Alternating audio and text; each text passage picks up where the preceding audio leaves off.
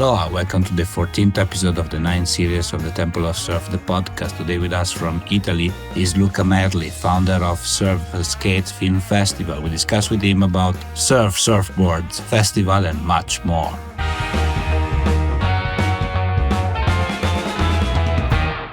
Ciao Luca, welcome to the show. Where are you today? Well, hi everybody. I am in Milan. In my studio actually. Great. So today is like winter time in Italy, also because I am in Italy today and not in my own town, and it's raining, fog, and everything. So no surf, but maybe for the people that are living in the sea part of Italy, there are good waves. I don't know, cold ones for sure. Yeah. Actually, today I saw some friends surfing in Liguria and in Toscana. So although in Milan it's pretty cold and miserable, I think somebody is having fun somewhere very close. Yeah, the good thing is that we know that somebody is having fun somewhere. And actually, we are a bit jealous of that. Why we cannot surf today, but what to do? We cannot explore, right? You Exactly. need to pass some wave karma to get more waves. That's the thing. Exactly. I can't complain. I'm going to Fuerteventura in a couple of weeks, where I'll be spending 10 days surfing every day, just to connect to the element again. Exactly. So not bad. You're gonna have your share of good waves. Hopefully, yes. So yeah, usually Fuerteventura is not a flat situation, right? So No. you're gonna have some fun over there. Today we're gonna talk about many things. Of course, you as a surfer, but we're gonna talk mainly about the Skate and Surf Film Festival that will be held in Milan from the late May, right? Beginning of June. We're going to talk about that for all our listeners that are listening from Australia or US that maybe can find a way to come over and participate to the festival. And so we're going to talk about many things. But the first question I ask everyone on the show is, in your opinion, what is the most important thing in surfing? Well, the most important thing in surf is having fun for me, because fun is a drive, for me at least, of surfing. Of course, I want to challenge myself, but mainly I want to have fun and connect with nature when I'm surfing. Exactly. And, every time I get this reply, I always say that, having fun is not a given thing, because there are a lot of ways to not to have fun. For instance, talking about Italians, I was talking with Roberto D'Amico, and he was telling me, during his competitive years, at a certain point, he had no more fun. And actually, he's saying in the podcast episode, that the competition was taking away all the pleasure from him. And then the moment that he stopped competing and he went traveling and being with surfing project, video project, he had much more fun than when he was competing. So having fun is as simple as it is, as it could be as an answer. It actually is very complicated. So it's not easy all the time to have fun, right?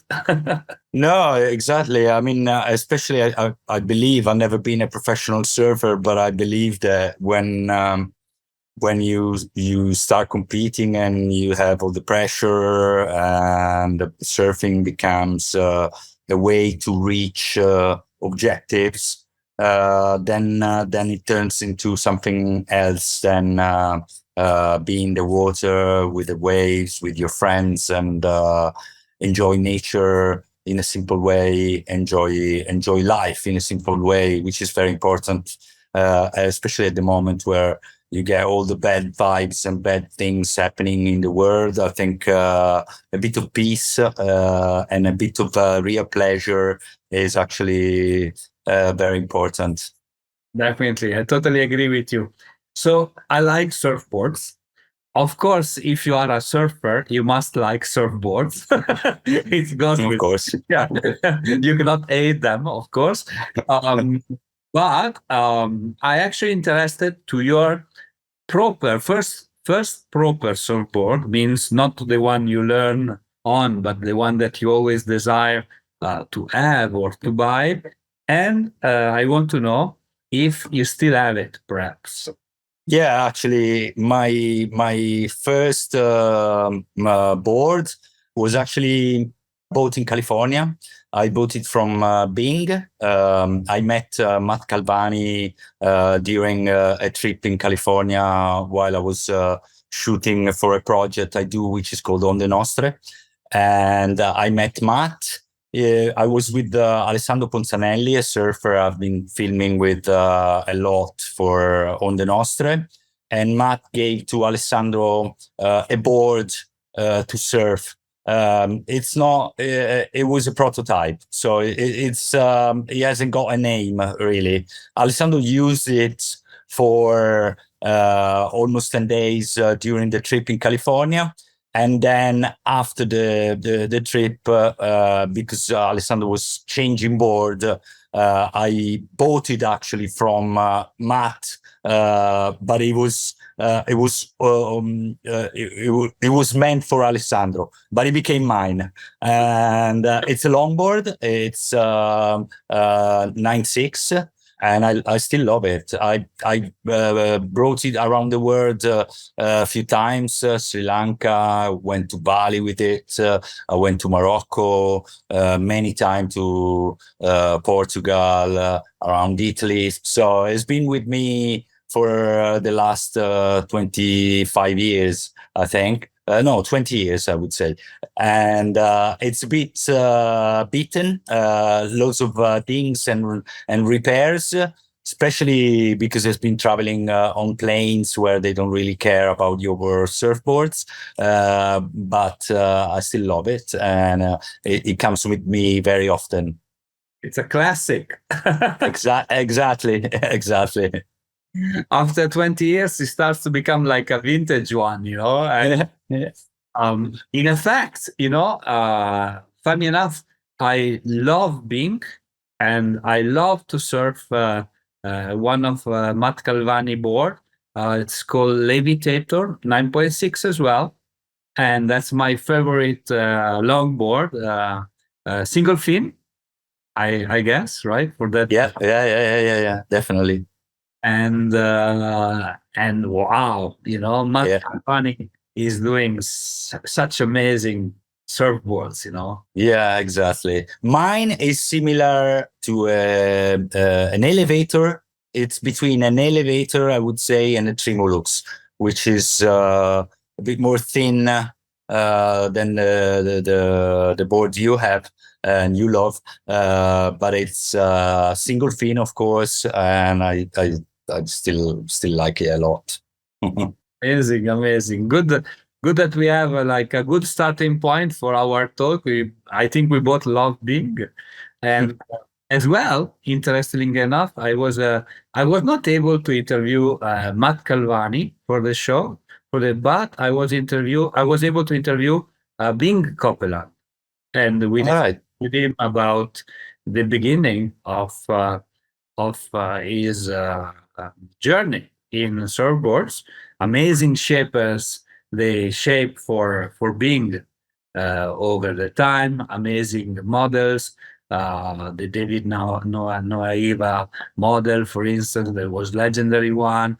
And then the transition when he met Matt and his wife, and they decided to give to Matt and his wife the name of Bing and the current tradition that is and legacy that is given to the world, to the brand Bing today. So very interesting thing. Love that.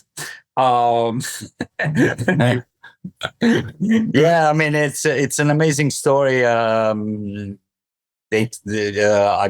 met Matt, and he told me how from the beginning, well, from his start, how he approached Bing, and how he managed to convince him to pass his legacy to him, which is an amazing story, actually. Yeah, definitely. And if you have time, please listen to the Bing episode because Bing Copeland episode, because actually maybe you can connect the dots around the Bing story as you personally lived and you had the opportunity to meet Matt. So definitely you have some good insights. Excellent. Promotions for former episode. And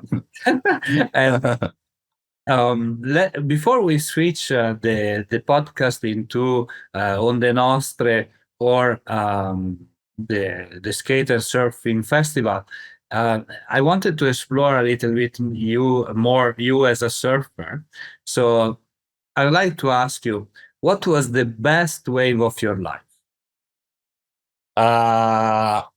I think I was actually meeting some friends yesterday, and we came around this argument.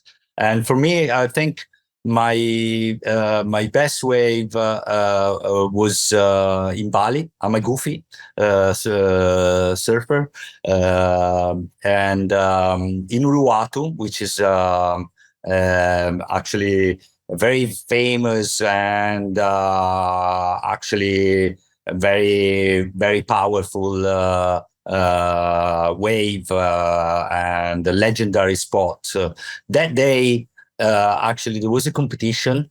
Yeah, I think it was in Bingin or close by. So all the pro surfer, all the really good surfer were actually at the competition, and for a couple of hours, Uluwatu was almost empty. Yeah, it was great. It was amazing. So I actually, it was close to sunset. Amazing light, amazing day, perfect waves.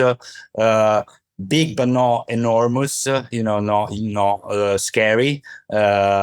Peeling. Perfectly. I had mid-length, 7/8, I think, pintail,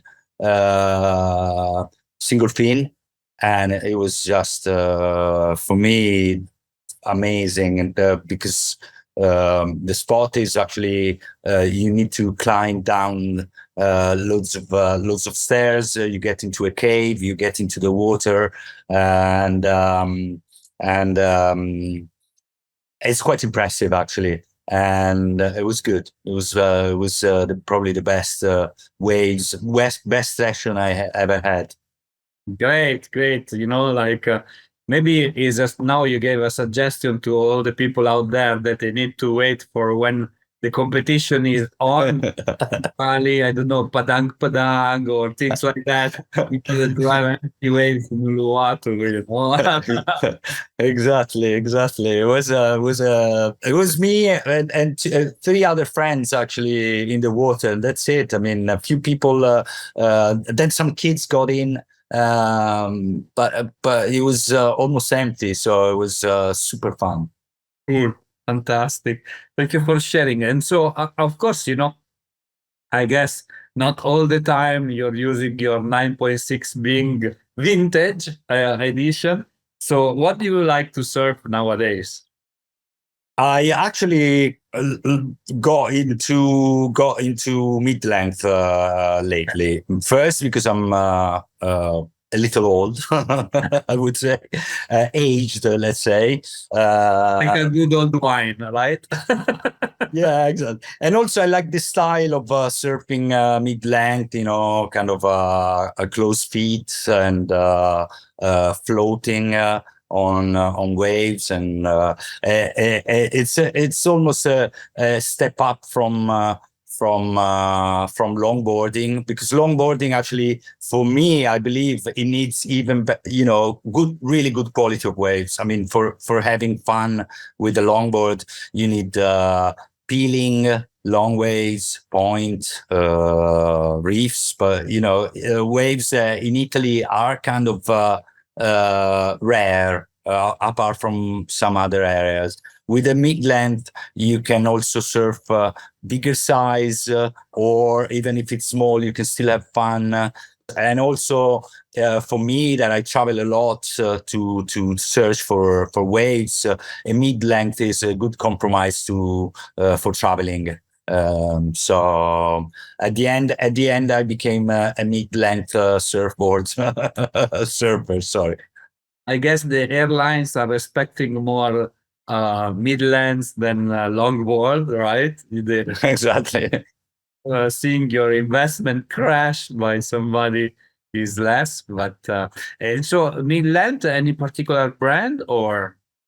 I have actually one being Raven, single fin, which I love. I actually have two sizes of that board, one shorter and one almost. One is 7.8, and one it's 6.7 or 6.8, something like that. One shorter, and then I have a Karma, which being a Karma, which is a similar shape to the Raven, but even shorter. So it's around 6 feet. That's my almost my quiver. So once you try Bing, you never, you never. Well, I go affectionate with that board. Then I got the other one, and then it just came around that I had the opportunity to get all these Bings, and I love them. But I have also a hobby, longboard, and then I have what else? No, that's it. I think these are my boards. Okay. I have a lighting board gun, but it's would be nice to surf it, but it's so beautiful that at the moment it's there hanging. Shaped by who? Shaped by you. Craig Hollisworth. Ah, okay, amazing. Yeah. He shaped it actually at Skate and Surfing Festival. Then it was glassed here in Italy by Ola Surfboards. Michele Puliti is a surfer from Tuscany, and I actually, because it's a gift from the festival, so it's there hanging. Yeah. Although I believe boards should be surfed, one day probably I will wax it and surf it anyway, because it needs to get into water, I believe, to be a real board. Yeah. True. You're right. You're right. Sometimes, like I tell myself the same thing, but then I look at some incredible boards that are on my wall, and I ask myself, do I really want to damage it maybe, or have some ding on it? So I'm like, I don't know. So Yeah, for me it's the same, but once the board has got a small ding, or once the board is with a wax, I just forget about it. Yeah. It becomes a tool for having fun. I mean, I'm not a collector, so I use the boards, and when they die, they die. Well, being a collector, I tell from personal experience, is it's a very dangerous thing, from Yeah. mental perspective, but also from storage, or like explaining to your wife why you need another one. And Exactly. I sold a few boards in the last few years that I wasn't using, because after a while it's like too many. I've got 2 boards in Fuerteventura. I leave them there, so I don't need to transport them, because I go there at least once a year, twice, 3 times a year, to Fuerteventura surfing. And then I have my Italian surfboards at home and in my studio. Okay. See, as I said before, we are surfer. We cannot hate surfboards. We only love them, right? So that's That's it. a good point. So, before we go on the Skate and Surf Film Festival, which I'm very interested to talk about, tell me about the Onde Nostre project.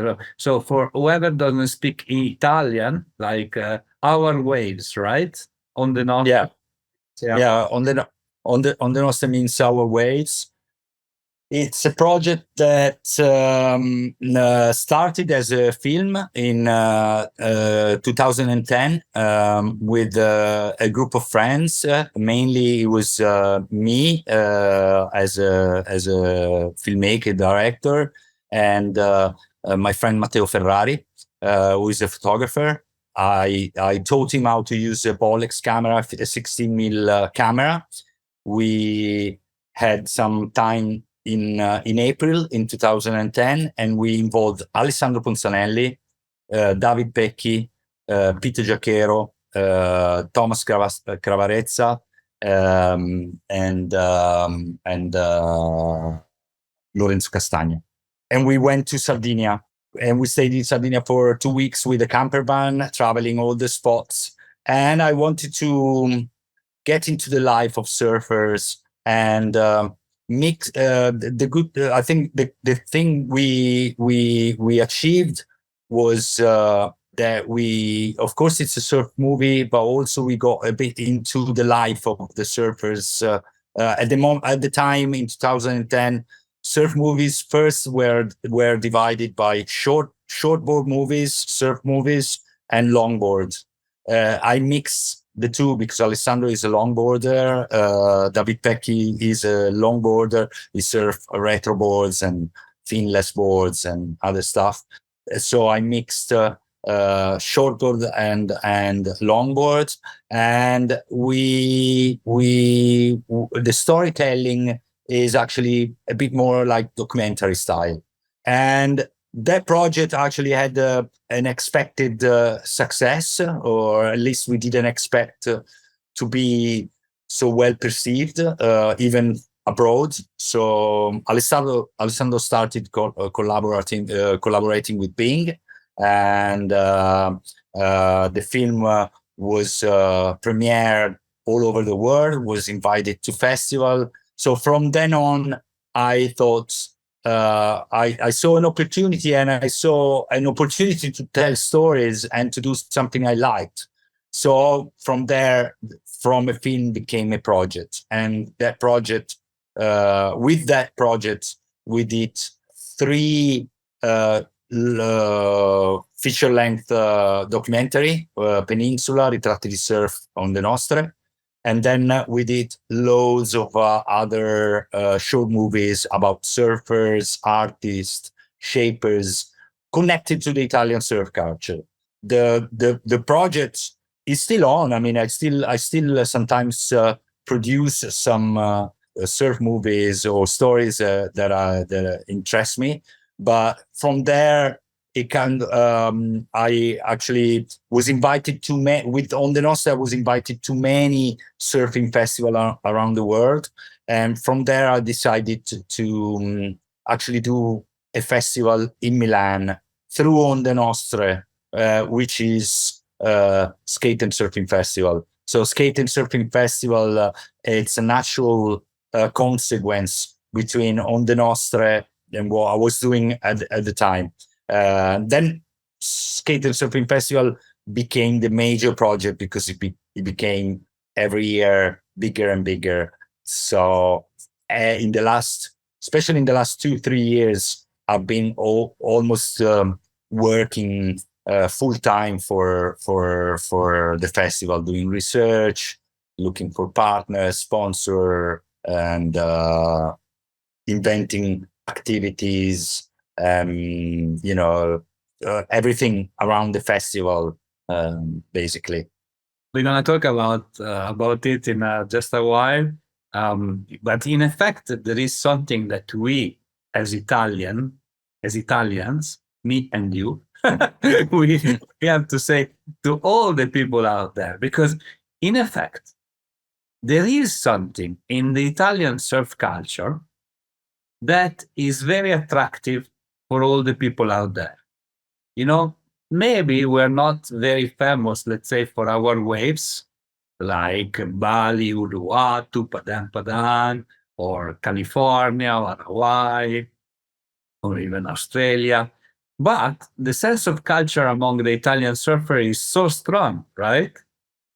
And it's an amazing thing, because a lot of people, they fall in love. I had the opportunity to speak in the podcast, for instance, with Jason Baffa, that did Oh, yes. La Dolce Vita. Bella Vita. Sorry, La Bella Vita. Dolce Vita is another thing. Yeah, it's another movie. No, but no, sorry, Dolce Vita is Benigni. But yes, so super impressive movie by Jason Baffa. Then I was able to speak with Bo Young, the son of Nat Young, that was telling me how amazing was competing longboard in the south of Italy and surfing for bare surfboards, and how amazing it is to come back on shore and have like some Italian pasta. Well, The energies, and lately, I just like a couple of weeks ago, I interviewed the legendary Tom Parrish, that of course is one of the, I mean, legendary shapers also for Lightning Bolt, among Rory Russell, Jerry Lopez, Craig Hollisworth, Rino Bellera, and all of those. And when I asked him who was his favorite young shaper today, he told me Tabarez, that is from Massimo, what is his name in Italian? Tabarez Tabani. No, I don't know if you know him. no, I don't think I know him. I don't know, not sure. Is hold on, his name is from Romagna. Is Massimo Tabani, I think. Okay. I will review this in post production. Okay.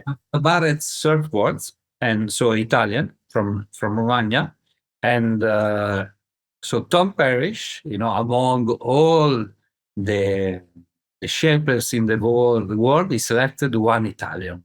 So, which is kind of rewarding our Italian surf culture in a way or another, right? So, what you have done for Onde Nostre is something that is just beyond filmography or videography, right?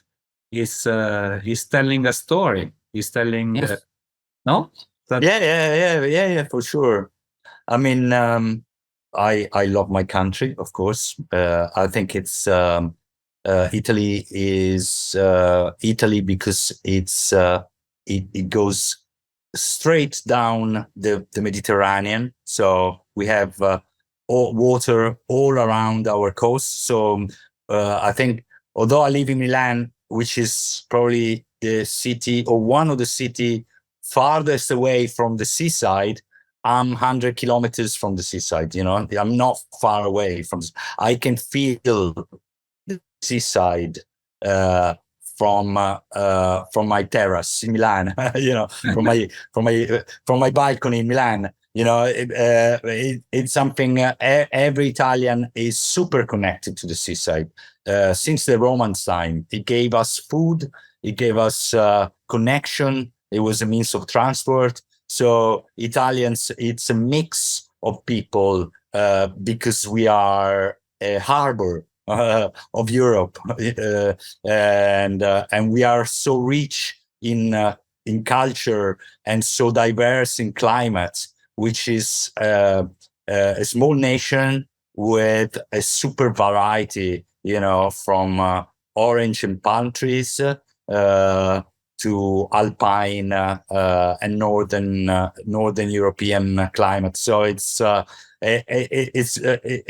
amazing. I've been traveling quite a lot around the world, and countries like Italy are quite rare, and also people are very passionate. People are very diverse in Italy. So everybody has got a story. Everybody has got a village story to tell. And because the sea is so connected, when surfing became quite popular in Italy in the 90s, it started in so many different ways all over the peninsula. With one of my film, I tried, which is called Peninsula. In fact, I tried to tell the story of all these different regions and stories, because in Liguria they say we started surfing first. In Tuscany they say we started surfing first. So probably in Sardinia there is somebody who is saying we started surfing first. It's a lively country. It's fun. A shame only we don't have enough waves, and there's a lot of frustration. But apart from that, it's great. I know foreign people just love it. They like our food. They like our way of living, which is a bit light, probably a bit lighter than other places. We don't take things so seriously all the fucking time. Sorry for the swear word. So no, in effect, when you were talking about I was thinking about two things. So the first thing, it's that yes, we are a popolo of marinai, in a certain way, sailor people, and actually it shows also in Olympic Games, in sailing, or in competition like I don't know, America's Cup, with Luna Rossa, or in rowing. So we are people that are connected to the water. And of course, in surfing, we cannot forget Leonardo Fioravanti, that is still and in the top 10 best surfer worldwide. Unfortunately, he's the only one at that level. But there are plenty of other amazing surfers. I spoke about Roberto D'Amico on the other side, and many, many on the longboarding, because we always talk about shortboarding, but there is an amazing panorama in the longboarding. Matteo Fabri. There is a lot of people that are like that also had a lot of success. So I was thinking about the connection that we as Italian we have with the sea. And on the other side, I was thinking, about what you're telling me. Who started to surf first? It's of course, I don't think you win a medal for being the first one, right?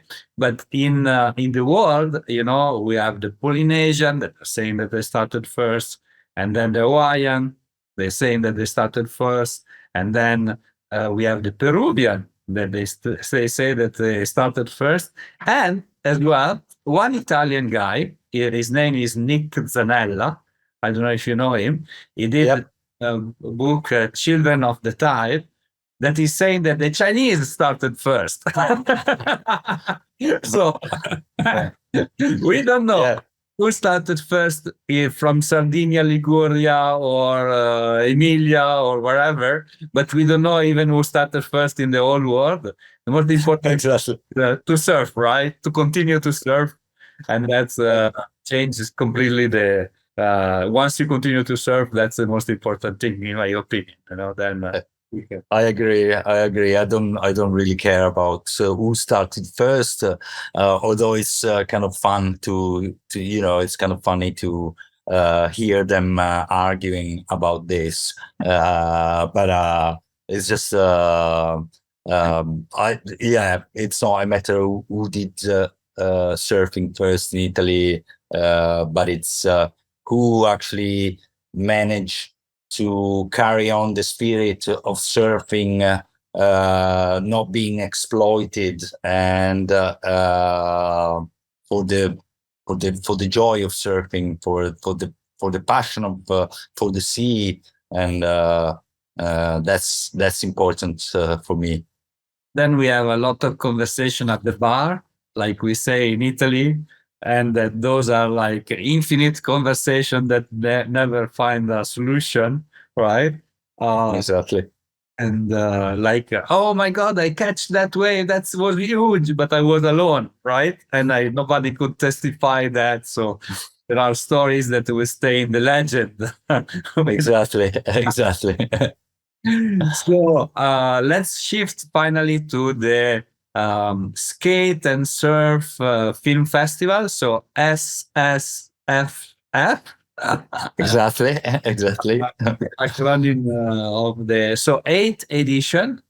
The first question, of course, that is like how it all started. You already told us like a kind of continuation of the Onde Nostre project. And the other thing is what to expect from this edition at the end of May, early June in Milan. What people should expect and why, in your opinion, they should come. What to expect? I think our recipe it's like lasagna, always more or less the same, with some variation. So our main recipe is great movies, great skateboarding, so a ramp or and a street session, great music, great people, and loads of fun. Music, of course. Did I tell music? Yes, music and music and music. Which kind of music?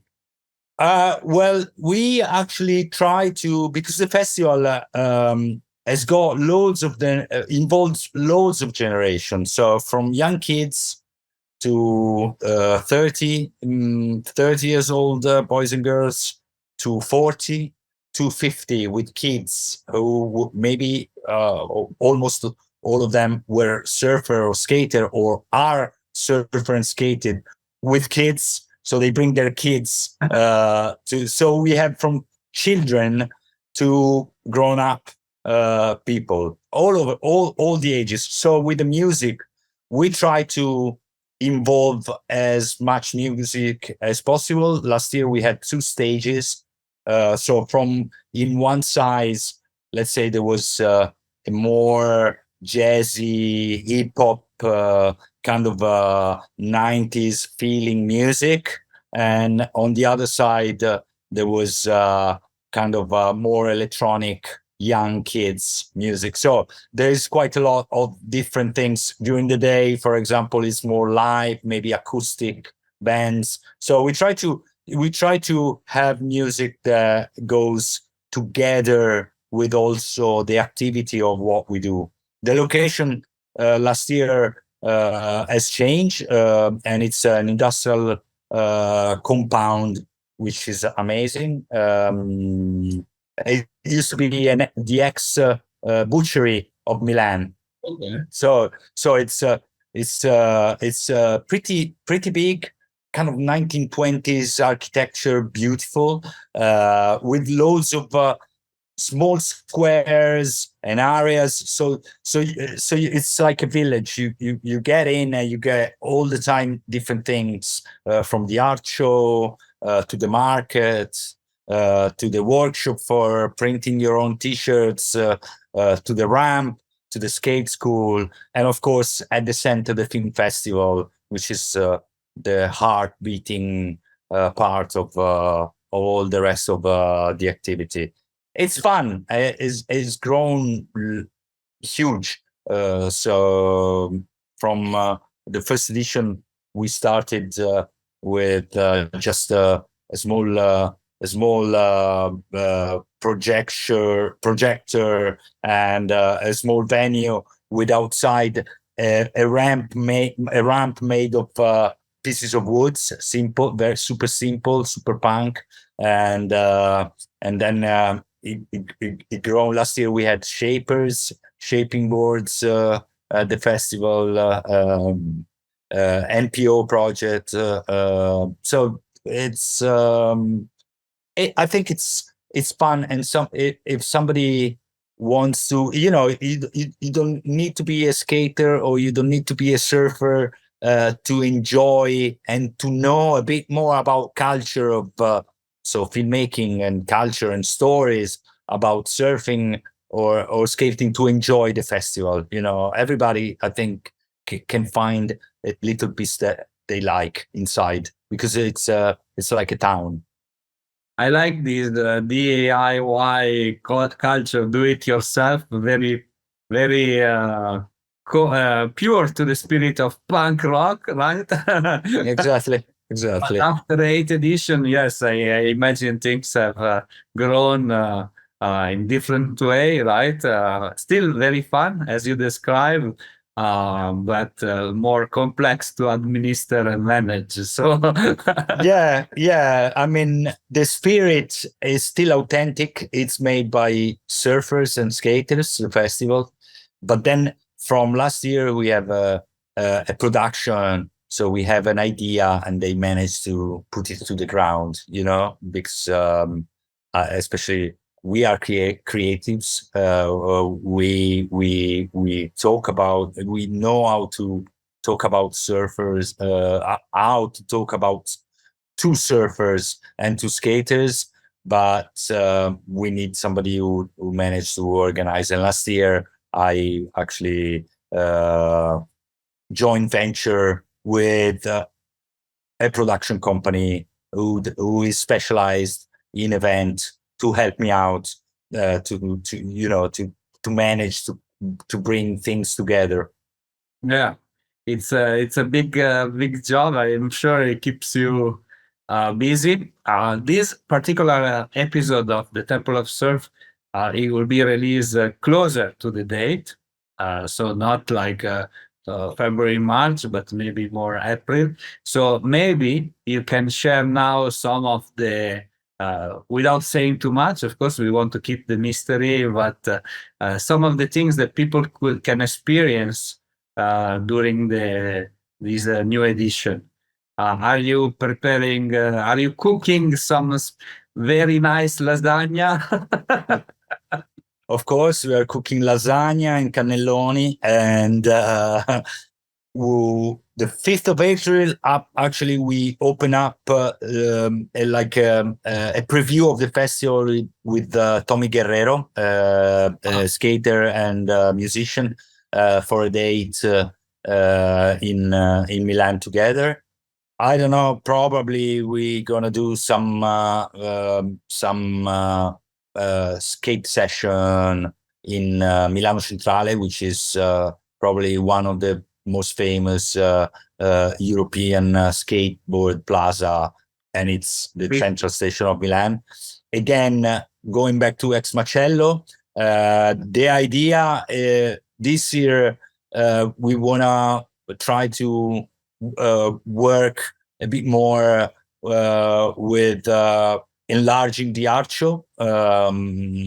That's the objective, and even working together with a promotion agency to bring some. At the moment, it's still secret, but some big names in music. And again, the idea is to have a new ramp, which is even last year was already kind of weird, strange. It was because one side was almost a vert, and the other side was kind of the size of a mini with a roll-in in the middle, which made it look like a wave almost. This year we're gonna do something even more crazy about it. But it's all work in progress. We are in January now, and we have the festival actually.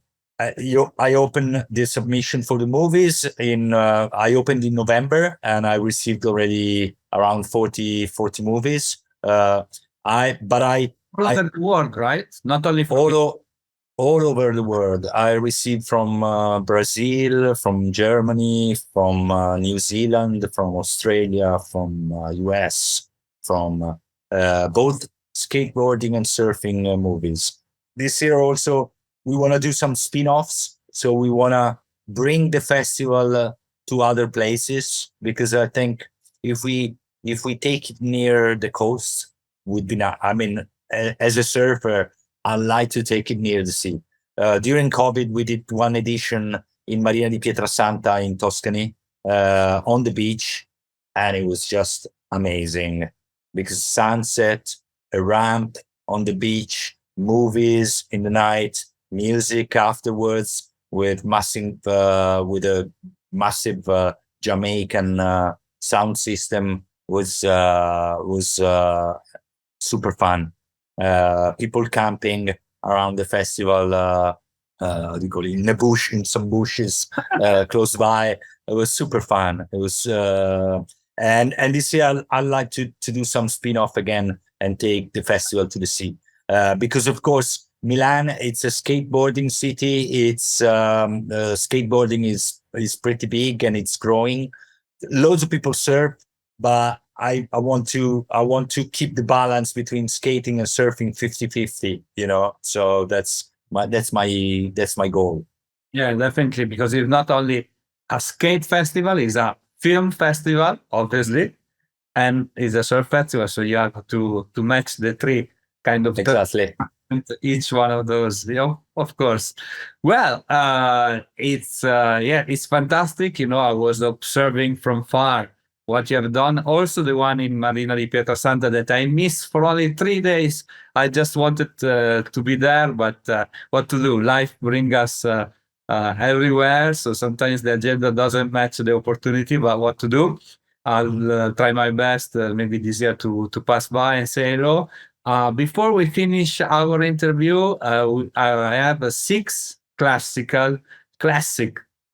questions. So please answer to the first thing that comes up to your mind. Okay? Okay. The best surfboard that you ever rode? Raven Ping. Okay, that we talk about already. So then maybe the second question, I know already the answer. Your favorite shaper? I would say Matt Calvani, but I'm open to explore more. Okay, no, definitely, I guess so. We talk about music, so you cannot disappoint me on the next question. That is a personal question. Your favorite song? My favorite song, "Rockin' the Casbah" by The Clash. Of course, I love that. Fantastic. Fantastic answer. Your favorite surf spot? My favorite surfboard. I shouldn't tell you, which is otherwise some people. My favorite surf spot. Let's say in Europe or the world. In the world. Okay, Uluwatu. Okay. You went on me. Come on. Okay, for all the Italian surfer, you've been like committed not to reveal where. Exactly. And then favorite surfer of all time? Favorite Miki Dora. Nice. You went radical on this. Nice. Fantastic. And then the last question is a little bit unusual. I'd like to know your best relationship advice. Best relationship advice is to try to how do you call it? In English, it doesn't come to my mind the word when you are empathic to somebody. An empathy. Empathy. I think it's the key to all the relationship. So you look at each other. You kind of try to put yourself in the position of the other person, and then everything changes and switches. Definitely. I totally agree with you. Well, Luca, it has been a great pleasure to talk to you about Italian surf culture, the Skate and Surf Film Festival, May and June, end of May, beginning of June in Milan. And I look forward to talk to you very soon. Thank you very much. It's been a pleasure. It's been a pleasure talking to you guys. Thank you. Thank you.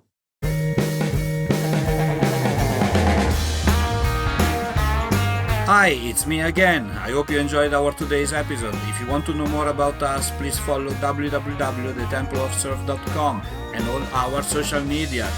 Mahalo!